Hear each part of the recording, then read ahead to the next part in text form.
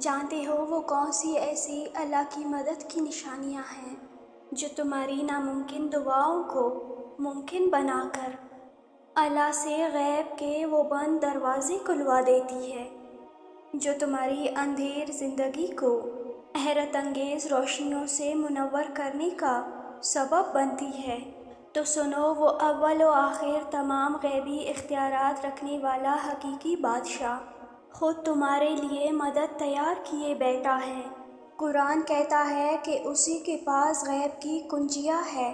اور بکھیرنے والی ہواؤں کی قسم جو اڑا کر بکھیر دیتی ہے، پھر پانی کا بوجھ اٹھاتی ہے کہ جو وعدہ تم سے کیا جاتا ہے وہ یقیناً سچا ہے، اور وہی ہے جو آسمان سے تم پر خوب بارش برسائے گا، تمہیں مال اور دولت سے نوازے گا، تمہارے لیے باغ پیدا کر دے گا اور تمہارے لیے نہریں جاری کر دے گا۔ اور اگر تم غور کرو تو یہ سب چیزیں اس بات کی دلالت کر رہی ہے کہ رب قدیر جو کام بھی کر رہا ہے بے حکمت اور بے مصلحت نہیں کر رہا۔ جان رکھو کہ اللہ کے ہر کام میں ایک حکیمانہ منصوبہ کار فرما ہوتا ہے، اور تعمیر ایام کا یہ سلسلہ اپنے حساب سے جاری اور جاری رہتا ہے۔ جس طرح نہ تو دن کچھ دن ٹھہر سکتا ہے اور نہ ہی رات،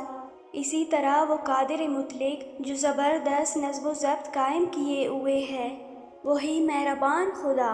جب چاہے تمہارے صبر و ضبط کو بدل کر ناممکنات کو اپنے کن سے ممکن بنا دے۔ قرآن خود کہتا ہے کہ وہ اللہ ہی ہے کہ جس کے سوا کوئی معبود نہیں، وہ بادشاہ ہے نہایت مقدس، سراسر سلامتی امن دینے والا، سب پر غالب اور اپنا حکم بسر و نافذ کرنے والا۔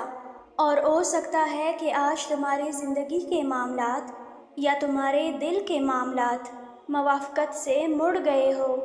اور عسرت کی زندگی سے تمہارا صبر ٹوٹ گیا ہو، تو جان رکھو تم ایک انسان ہو اور بشریت کے تقاضوں سے مبرا نہیں۔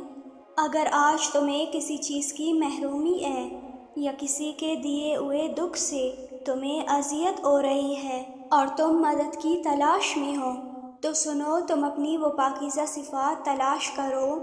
جو تم میں بدرجہ اتم موجود ہے۔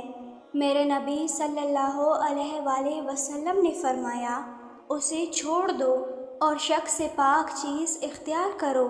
کیونکہ سچائی میں اطمینان ہے اور جھوٹ میں شک ہے، اور اللہ تمہارے معاملات کا متولی ہے،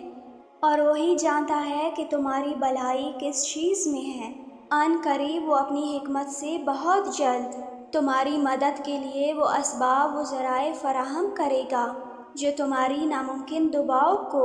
حقیقت کا روپ دے کر تمہاری زندگی کو سکون اور راحت سے بھر دیں گے، انشاءاللہ۔